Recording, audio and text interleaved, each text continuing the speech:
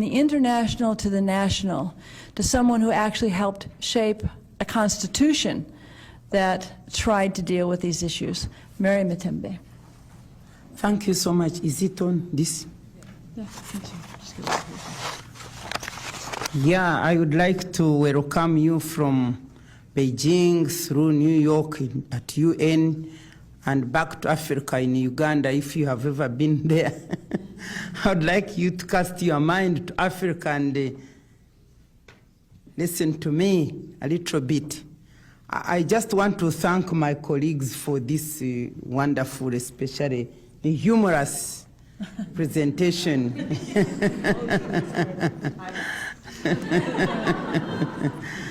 I just want to say that I've been a politician for the last 17 years. From Nairobi, the forward-looking strategy, through Beijing, Beijing 10, and here I am to share my experience with you. You will observe that all these meetings had these three words. If it is a platform of action, it is a platform of action for peace, equality, and development.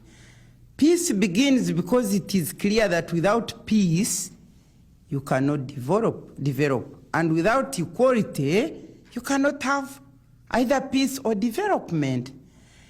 You know, being a politician, I've been confronted with questions as to, but why should women participate? They must justify why they should participate in politics. And I say, shut up.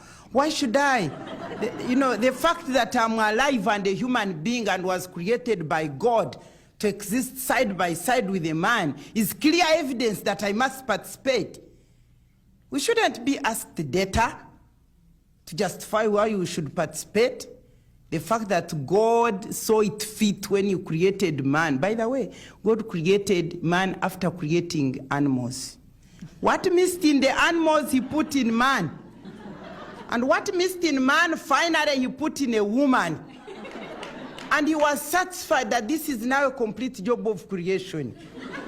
And the whole idea was that man should sit together with woman and decide the issues of governance of the animals and the rest of the things God put here. And the fact that we are messing this world because women are denied the opportunity to participate and influence decisions. You can imagine even at peace negotiation and peacemaking, putting all these men seated there, men who know how to make wars, and now they sit there and they want to make peace.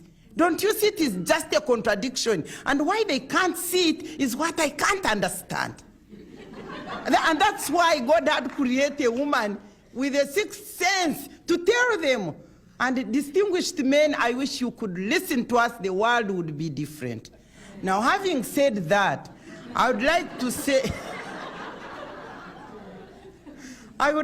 say that in Uganda, having emerged out of wars, dictatorial rules, and murderous regimes in 1986, women had become cleverer. We had suffered so much that when the democratization processes started in 1986, we said this time we must be in there. You've not done good for us. And good enough, the NRM government was very receptive. It was listening because the women had participated in the wars also to bring it into power. So they said, fine. And the NRM established institutions, democratic institutions, and charged them with the responsibilities to democratize the country. And one of these institutions were the Uganda Constitution Commission. And that commission was charged with the responsibility of putting in place a new constitution that would make a new Uganda. And good enough, because we were alert, we said we need to be there on this body also. The government appointed two women out of 21-member commission. Don't worry, I was one of those women. 2 lawyers there. And I can assure you by the end of the constitution-making exercise, all those men seated there, the 19, were very gender-sensitive. And in fact, some of them found their way into the Constituent Assembly, which promulgated the Constitution, and they were really talking for us like they were purchased or something like that. But of course, they had been influenced. You see, if these people were to allow us to sit with them, even at these peace negotiation tables, peace could be reached quickly, because women know the language. You can imagine, God gave us the responsibility of not only mothering the human beings, but nurturing them. Has it ever occurred to you that it takes, is it 1 minute to make a baby? I don't know how many minutes. Scientists know. I don't know how many minutes, but it can be a second or minute, but both man and woman participate equally in that second or minute. But then after that, the whole thing of human creation and nurturing is left to the woman. 9 months. That human being is communicating to you, and then on breastfeeding, and then on nurturing and bringing up. I mean, we know human life more than they do. And I wish they could let us make decisions that concern human life. And that's, if we sat with them on the tables, I'm sure they would change heart, and maybe things would change. Therefore, really, we must be there. So for us in Uganda, we said, look, we must participate in this constitution-making exercise, and for sure we did. We did a great job. I see you with that book. All that is certainly documented in this book. Therefore, 5 minutes given to me will not do anything. But I want to tell you that we embrace the constitution-making exercise, because women looked at this constitution as their savior. They thought it was the panacea to all the problems that they were involved in, the problems of battering, inequality, all this kind of thing. Therefore, we participated fully. We really organized and participated, and as a result, we came out with a very wonderful, gender-sensitive and responsive constitution. All the provisions, I'm not going into them, you can ask me if you want, but this constitution came, and the exercise coincided with the Beijing. In fact, by the time we went to Beijing, we were in the Constituent Assembly discussing this draft which had come out of the public, because the constitution was participatorily made. Popular participation method was used in making the constitution, and the women used this method as a way of gender sensitization.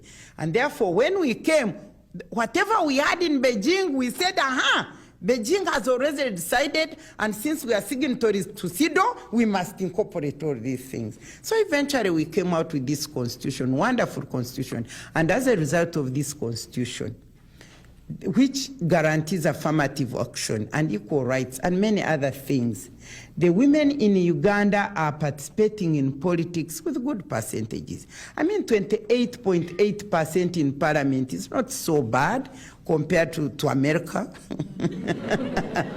the center of civilization and all power. And of course, in the cabinet and other high decision-making positions, the percentages are between 20 and 30, and in local government, it is 30%. And we have the principle of gender balance, which demands that in appointing people to positions of responsibility, you must balance. But we use a defective measuring, what do they call these balance weighing machines? Ours is so defective that if a commission is, for instance, 7 people, then 2 are women and 5 are men. And if there are 4, 1 is a woman, and the balance is tilting this side. But it is better than nothing. So I'm just telling you that we have all this. Politically, women are participating. But if you want to know more, come tomorrow to my session where I will be presenting.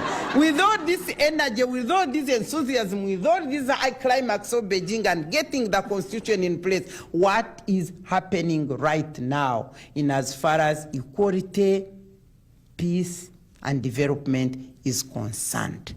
We shall talk about that tomorrow. Thank you.